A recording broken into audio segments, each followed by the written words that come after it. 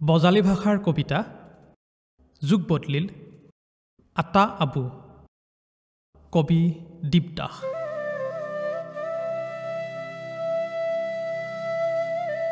আতা আবুক দেখছা? দেখা নাই, ময়ো দেখা নাই, কাকাই কহে শুনছো। আটাই বোলে আছিল চাউৰা তেল কয়লা, আবুই আৰু আছিল চাপাৰ বগা ধুকধুইকা। আটাই বোলে নাজনা কথা একো নাছিল, পাছে এটা নিচা আছিল, পাথৰক গেলিও হকাটো নেছিল।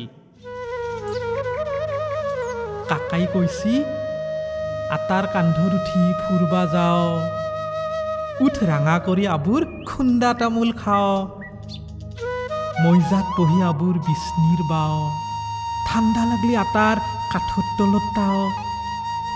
ইগলা বোলে ভাগ্যত থাকলিহে পাই, আজিকালি পাছে সিগলা বস্তু গুচি গেল ভাই। আটা আবু থাকলিও থাকলাক, নাথখিলিও নাই।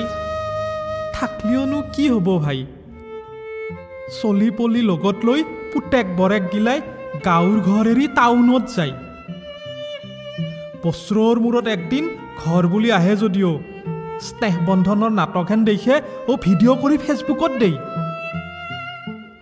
আৰু চলি পলি গিলাও কলিনো কি হ'ব ভাই, যাওঁ বছৰ ৰাসত দেখছো নহয় চুঙা পিঠাকো বেম্বো কেক বুলি বুজে দেই।